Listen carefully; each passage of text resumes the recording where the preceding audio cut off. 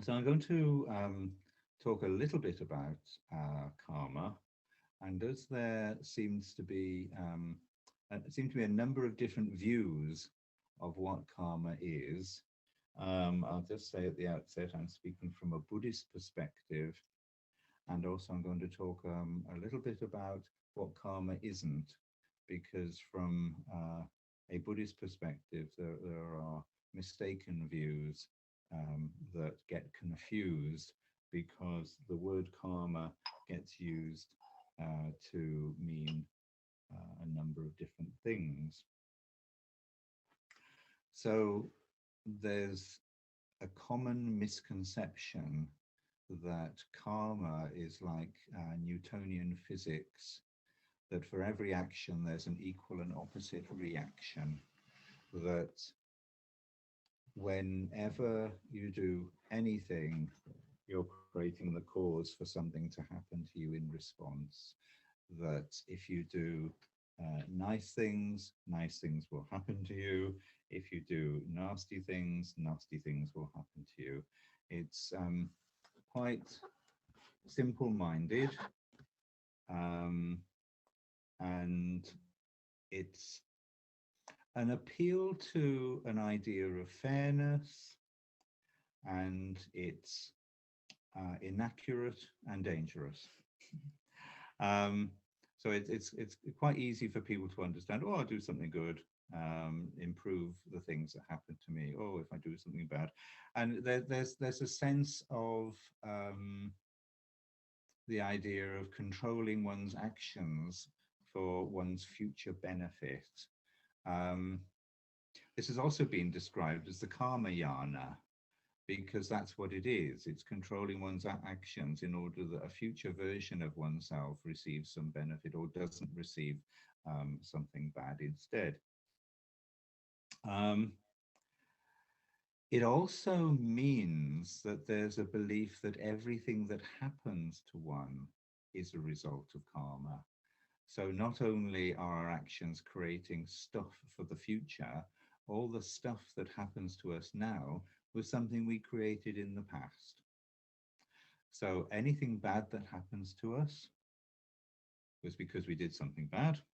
Anything good that happens to us was because we did something good. It's very simplistic in that way. Um, what it means is that it can mean that we control our actions. It can mean that we are patient with our own pain, because we look at our own pain as, I'm using up the dreadful karma I created at some strange, mysterious time in the past. But it also means that people become very patient with other people's pain and see other people's misfortune as being the results of bad things they must have done in the past. So it's dangerous in the sense that there's no compassion there. And this isn't a theoretical danger. We have known people who have received teachings on karma, who believe this and believe that other people need to be allowed to be left to suffer because they are working out the karma that they created in the first place. And this goes against Buddhist principles in terms of kindness and awareness.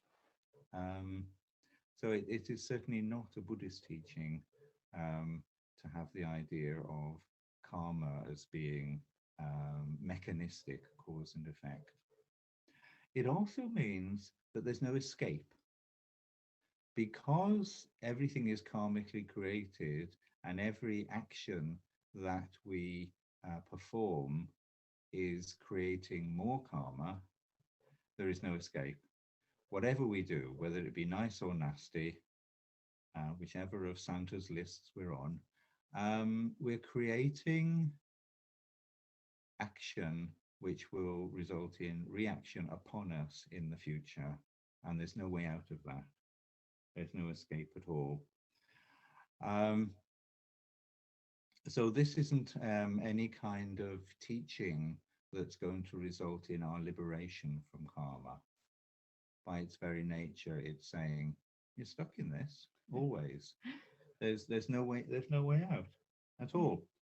And so this teaching may have come, I don't know, from Hinduism, or what Buddhism is happy to call Hinduism, but it certainly leaked into Buddhism in some places. And we have received teachings that sound very much like this at Buddhist centers, but it's not a Buddhist teaching. It's also very mysterious, because where does the karma reside while it's not active? We create stuff for the future. Where does it live in order to come back and bite us later? So, what is on the face of it a very simple explanation of why some people get good things and why some people get bad things, or what we need to do if we want to get good things and not bad things. It doesn't explain anything at all. It just creates another mystery. It creates a mystery of where do we store all this stuff while we're waiting for it to happen. So there's no useful explanation there, and without a helpful explanation of something, and without a method that we can undertake in order to do something about it, there's no liberation. So what seems on the face of it, oh, here's the explanation, this is what karma is, doesn't explain anything at all. Worse than that, it's degenerated into what you see on, particularly on Facebook, also sometimes on Twitter and various other social media outlets. Karma just means bad things happen to people I don't like. That's karma. And there's just no sense in it at all. I don't think people have given it any thought as to how that might work or what it might mean. So this is a brief outline of, from a Buddhist perspective, of what karma isn't. So I was going to say at this point, if you have some other idea of karma, or if this explanation so far has raised any ideas for you, do feel free to raise a hand and ask questions. We were talking with Rinpoche the other day, and he was saying that these teachings aren't saying that another person is wrong in their belief. These teachings are an explanation of what Buddhism says, and other people are happy to believe, we're happy for other people to believe whatever they want to believe, but this is just laying it out. This is what Buddhism says. So if there aren't any questions, we can actually go on to look at what karma is. And hopefully this view is actually a lot more useful to people in terms of being able to do something about what happens to us, do something about how we view the world. So in terms of Buddhist perspective, we don't go in for action and reaction. We don't go in for cause and effect particularly. We look at karma in terms of perception and response. And everything becomes a lot more immediate, because we can start to see what our perception is of any situation and how we habitually respond to that. So our perception of anything is liable to fall into liking it, not liking it, or not being at all bothered by it. And if we like a thing, we'll want more of it and we'll go for it. If we don't like a thing, we'll shy away from it and we'll try to avoid it. And if we're not particularly bothered by it, we won't particularly do anything about it anyway. So these are our three habitual approaches to almost anything. There's no mystery. There's no mysterious mechanism involved, because as we get to know ourselves, as we get to know how we respond to situations, we can see our karma, because it's us. It's the patterning of our perception. It's the way we look at the world and the way we react to the world as a result of that particular view. So, for example, if there was somebody who disliked cars being parked on pavements, I'm not sure that there's anyone of our acquaintance who might dislike cars being parked on pavements. Seeing cars parked on pavements could cause a small tickle of indignation, perhaps. Rant, usually, I think. I'm not sure it would go that far. Why are these people parking their cars on pavement? What are they doing, storing their private property in my way, etc., etc.? And this could escalate, and also it could habituate. Every time such a person saw such a thing, it would deepen their resentment. It would further habituate themselves to not liking this. It could encourage negative speech about these people who are doing this. It could even encourage negative action. Cars could be scratched, tires could be punctured, all sorts of things could happen based on the perception that parking cars on a pavement is a really, really awful thing to do, and the people who do it must be really, really awful. From the point of view of somebody who parks their car on the pavement, of course, the world is a completely different place. And the parking of cars on the pavement is not seen as a problematic thing. It's not seen as an antisocial thing. It's just seen as, where else can I put it? You know, I've got this great lump of metal here, and there's this perfectly good lump of pavement that I can park it on. So there we are, and this is what we do.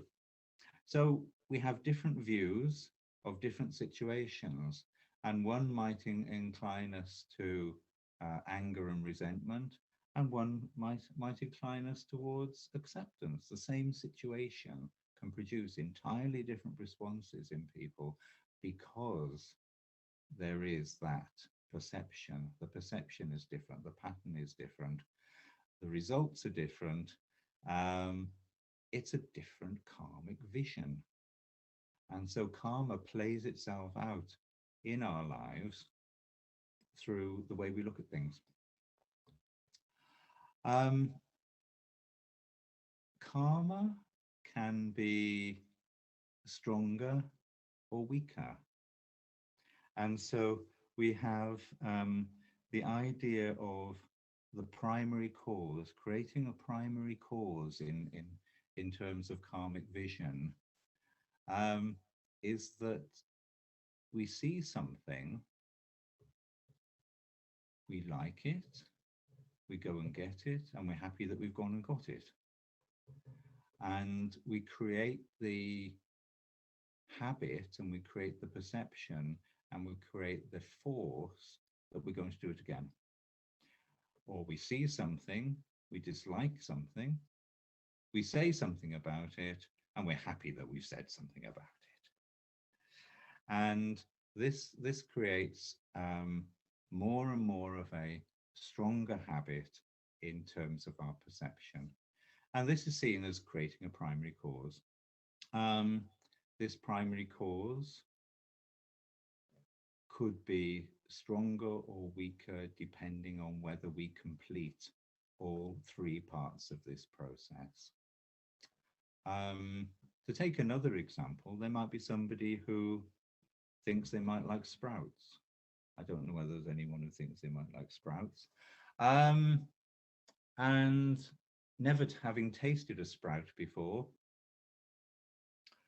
tries it, enjoys it, feels happy that they've done this, and creates the cause for wanting more sprouts in the future. It really is quite simple. It's as simple as that.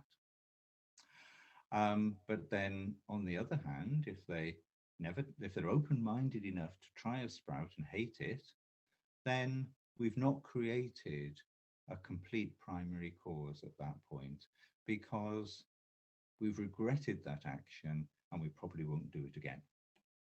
And so we've got these trivial examples, but it's true whether the example is trivial or whether it's something more important. If we are irritated, become angry, do something nasty as a result of that anger and feel happy that we've done it, we've created a complete primary cause and we're probably going to do it again. If we become angry, do something about it and feel somewhat ashamed that we've taken that action, then it's not so strong. In fact, there's the possibility there that when the same circumstance arises, we'll remember that sense of regret and we're less likely to engage in that action in the future. So we have the possibility of undermining problematic primary causes. They don't have to be as strong as they might otherwise be. And so whatever we've got going, whatever our emotional makeup, there's always the possibility of noticing how we're functioning and avoiding taking those things that are problematic to a conclusion. Can happen in positive ways as well. You see somebody who's in need of help, you give them help, you feel happy that you've helped them.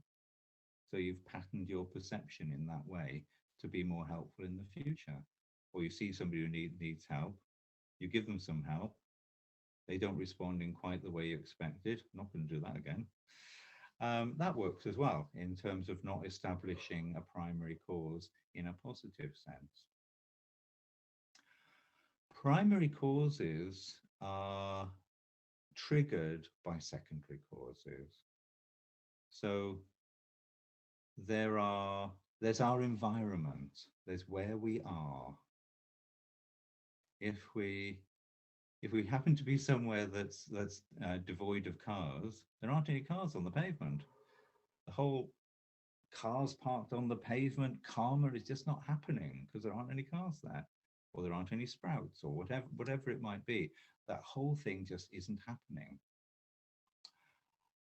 So one way of approaching our habitual difficulties is to exit from that situation. If you're not there, these things don't arise.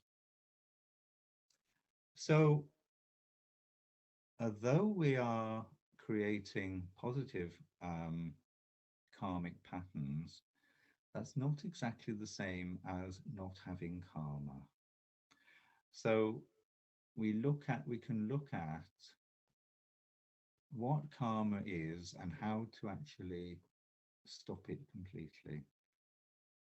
And this comes, you'll be surprised to hear, via silent sitting. Because it's silent sitting that makes us transparent to ourselves, both in terms of what happens when you are practicing silent sitting, but maybe just as important, or in fact more important, what happens in the rest of your life. Because the spaciousness that you gain through having sat then appears in your life. And this can have the effect that when those niggling causes start to appear, we become more aware of them at the niggle stage, rather than at the verbal rant or physical violence stage. And we start to see them for what they are. Time seems to stretch a little bit. There is more spaciousness around what is going on. And so we have the opportunity to not follow through on our usual patterning. Now, it can have the effect of making us feel that things are getting worse. Because through silent sitting, we notice more about ourselves than perhaps we've ever noticed before. And people do have the experience of having a sense of, I'm a much angrier person than I thought I was, or name any kind of emotional aberration.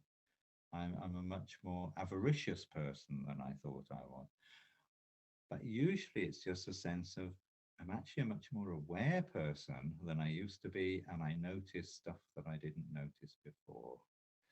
And I find this a great comfort in terms of things appearing to be getting worse are actually more to do with noticing more of these things and noticing things at a much earlier stage. The other aspect that's really helpful is having a sense of humor about ourselves and our situation. That the more we notice, and the more we notice about ourselves that seems particularly un-Buddhist, the more helpful it is to have a sense of humor. Here I go again, I'm doing this thing, especially when the momentum, to borrow a bit from Isaac Newton anyway, the momentum behind our habits is stronger than we expect. That the momentum behind our irritation carries us beyond what we'd like to be doing. That we see this happening and we laugh about it. I'm doing this thing again. I said I wouldn't, but I am. And that takes some of the heat out of the situation and some of the personal difficulty out of the situation. It makes us a little more laughable to ourselves, shall we say. And it means that when we start to notice these things in future, we do tend to pick up on them that much more quickly. And we don't go through this phase of being wound up with guilt about it. That we see it happening, okay, it goes on a bit further than we'd expected, but then we laugh about it. So somebody for whom cars parked on pavements used to be a serious situation becomes a joke. And I remember Rinpoche saying that once you can see these things as being optional, as basically being empty of actual meaning, you can hold opinions as strongly as you like, because they're held in the moment and they're held exceedingly lightly. They can come and they can go, and we're not patterned by them. So by learning about our patterns and by learning how to unpattern ourselves through practice, we can gain a sense of clarity of vision where we're actually not part of the equation anymore. That what needs to be done is what we do, but it's not fulfilling any habits, it's not fulfilling any needs of our own. It's just meeting the needs of the situation. And once we're no longer driven to fulfill our own needs in that situation, there's no karma. Karma has evaporated. Now, this view gets criticized by those people who want the world to be fair. You did this horrible thing and now you haven't got any karma. This is not fair. But that's trying to mix in a bit of cause and effect. And it just doesn't work in the realm of perception and response. Because once a practitioner's perception is clear and unpatterned, then karma just isn't there. Whatever happened in the past is just gone. And then through that, we can be whatever the situation needs. So hopefully that's given not only a view of karma, but a method in which we can approach it and a way in which karma can be liberated completely and that we're not stuck forever with punching each other on the nose or whatever it is we get up to. I think something interesting that arises once you are a practitioner in this context, if we use your parking on the pavement example, for some drivers, they may think it's a compassionate act, that they're actually getting their car out of the way of the other road users. So their perception of the situation is that this is a good thing to do. They probably haven't even thought about pedestrians not being able to use the pavement, or they feel they've left enough space on the pavement that the pedestrian can use it. They actually feel they're doing something that is beneficial.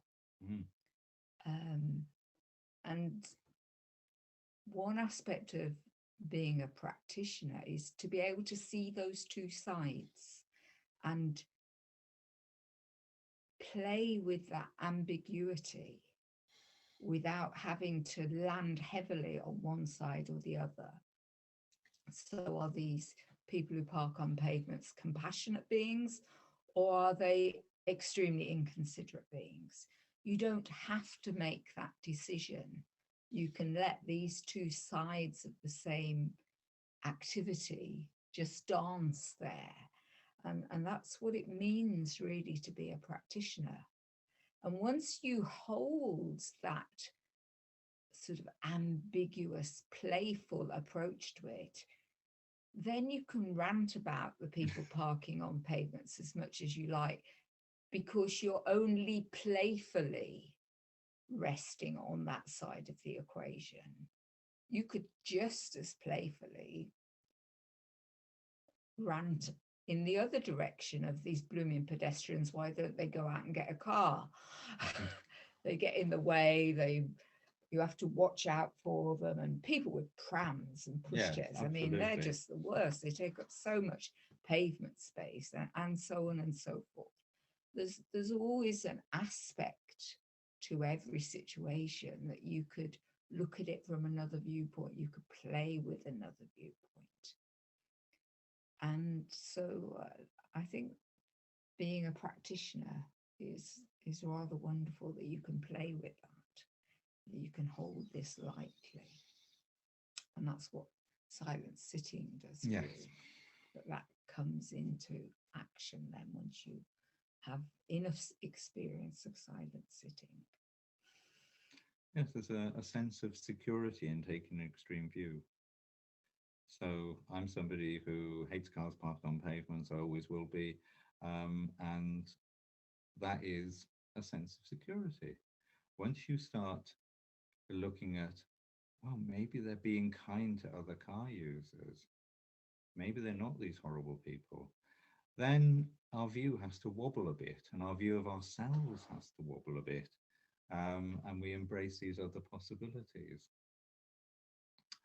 And as Ngakpa says, we can rant in both directions quite happily. we can take both sides in the debate. Why not? And I mean, this is probably one of the reasons why debate is an aspect of Sutra Buddhism, but that's what they do. And we did debate in school. Did you do debate in school? Yes. And the whole of the British legal system, and probably other legal systems, rests on the right to have your point of view argued. And this is a similar sort of thing in terms of debate, that if there is a point of view, that point of view can be argued. You don't, from the point of view of a practitioner, you don't have to decide on a definition. You don't have to make that decision that you are a person with that point of view. and reject the other point of view. Because ultimately, if you take that right the way down the line, you have to destroy the person with the other point of view, because they're always going to be a threat. Where there's a point of view that challenges your own point of view, then you have to destroy them, because you have to get rid of that in order to be secure in your own point of view. And that might be that you are verbally unpleasant to them, or it could be anything. So if you're seeking security and definition in a particular view, then that is an aspect of karma. It's that you want to make that karmic pattern stronger and stronger and stronger, so that you are absolutely secure in that karmic pattern. And anything that might hint that there could be something different to that is going to be a big threat. But once there is no threat there, once there is no need to define yourself through your patterns, then everything becomes very open and very spacious and very creative. And as Ngakpa said, karma can then start to just simply dissolve. And I think there's something really creative in being able to argue both sides of a case, because it's actually destroying pattern, at least destroying pattern as a solidly held idea. If you can hop between the two and go, yeah, back and forth between two completely different points of view, why not? I once expressed a certain level of confusion to Ngakchen Rinpoche, because I said, I've been reading this discussion online, and one person says this thing, and the other person gives a counter argument. And when one person's speaking, yeah, I believe that. That sounds really good. And the other person comes up with a counter argument. Yeah, that seems good too. And it goes back and forth and going, yeah. And she said, that's actually really good that you're not taking a side, and you are seeing that both people have a point. And I was thinking, oh, aren't you supposed to take a side here? But no, apparently not. And so when there's an argument going on, you can not only not take sides, you can take both of them. And you can see the benefits and the merits either way. Because strangely, I think we're brought up to believe that once we have opinions, we're grown up. I believe that. You're not really a grown-up unless you've got opinions. You've decided which side of the fence you rest in lots of different areas. Once you've got that, then you're a grown-up. I certainly believe that, because I had this vision of people when they're young being like, I don't know, a jelly that's just been made, or wet concrete or something. And then the older they got, the more solid they became in their views. Because seeing particularly my father, and seeing that he was absolutely adamant about certain things were a certain way. And I thought, well, this is my idea of adulthood. It comes from that. And so the sooner I can nail down my views about aspects of life, the sooner I'll be an adult. So we just have a tick box of what we're going to do. What's the right thing about diet? Right, we'll become one of those people, nailed. What's the right thing about politics? We'll become one of those things, got that nailed. And then you gradually work your way through a tick list of adulthood, and then you're sorted. Job done. It doesn't seem to work like that. And that just, actually, that's a way of designing your own karma, deciding what your karmic pattern is going to be based on a tick list of ideas of adulthood. And as practitioners, we're in the business of undermining all of that, undermining any sense of security based on fixity. And it's an entirely different world.